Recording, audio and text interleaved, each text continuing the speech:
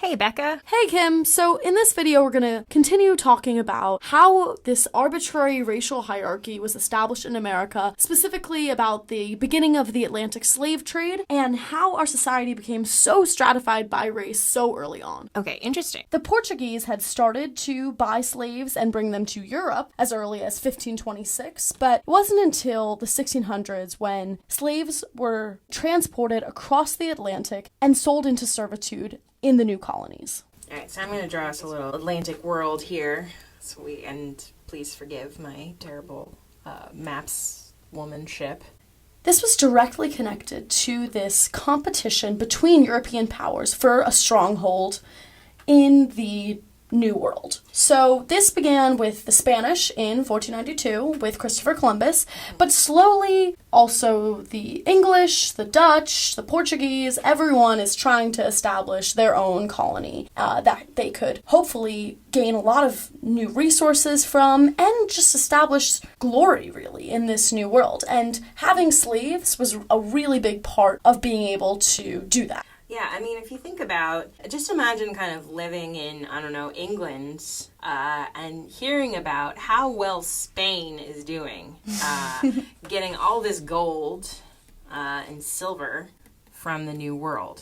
So Spain is definitely improving its national standing in Europe, and the rest of Europe is thinking, sounds to me like we need to get in on this game. And so, to get in on the game, really what the European powers needed were laborers to work in these new plantations. As you may know, when the Europeans came over, they brought a ton of disease which decimated these Native American populations, which they had previously used to labor through the encomienda system. So the African slaves actually had immunities to these diseases that the European powers really wanted to capitalize upon. Yeah, I think what's interesting here, and the reason that I drew this map is because I think it really helps us understand why it was that people who lived over here had no immunity to European disease, and why the people who lived over here did. Because if you think about sailing, so here's Europe, and people had been trading with Europe and West Africa and into the Middle East here for hundreds of years. Exactly. So that gave them plenty of time to kind of build up immunities to each other.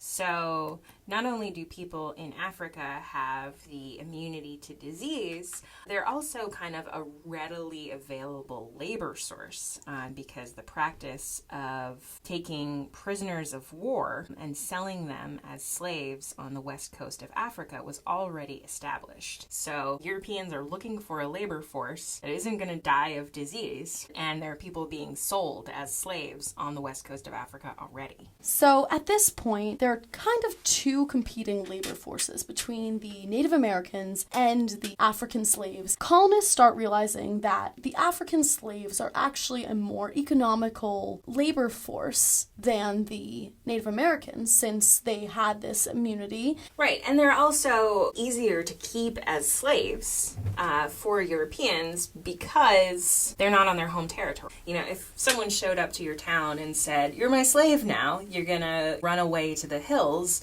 and they don't know anything about where your town is, so you're fine, right? It's hard to enslave people on their home territory.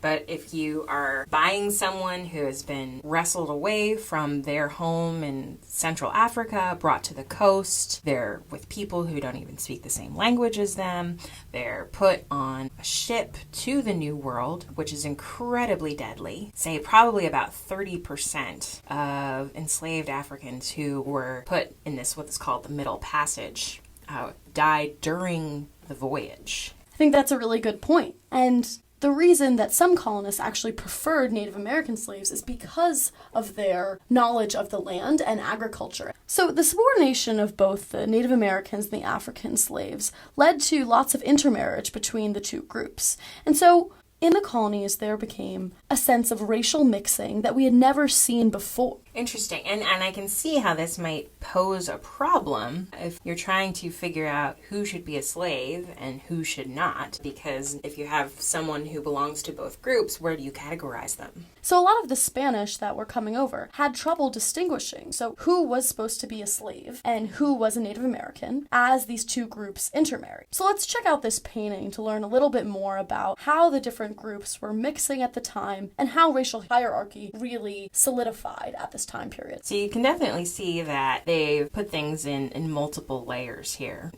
Here's Virgin Mary, or sort of representation of God or the higher power. And then here you see the Spanish whites.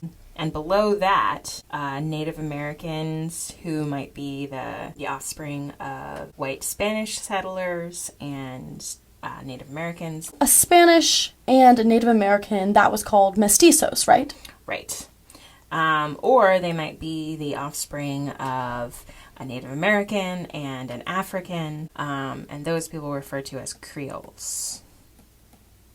So there's a very complex system of racial hierarchy in this Spanish society, basically organized around how much white blood a person had, the more privileges and rights you had in their society. And you see the inverse in early America, right? In the early 1800s, when even one drop of African blood would make a person a slave. Right, and that's one thing that is always very confusing, even to the people of the time period, because it would be possible for someone who looked quite light-skinned to still be enslaved by virtue of their parentage. Exactly. And so this is the system by which society in the early colonial time period was organized around a completely arbitrary factor like race. It was simply the easiest way to identify people and create a working class. And, as we move forward, as the English begin to settle North America, and shortly after their settlement, import African slaves, the United States will become heir to a version of this system.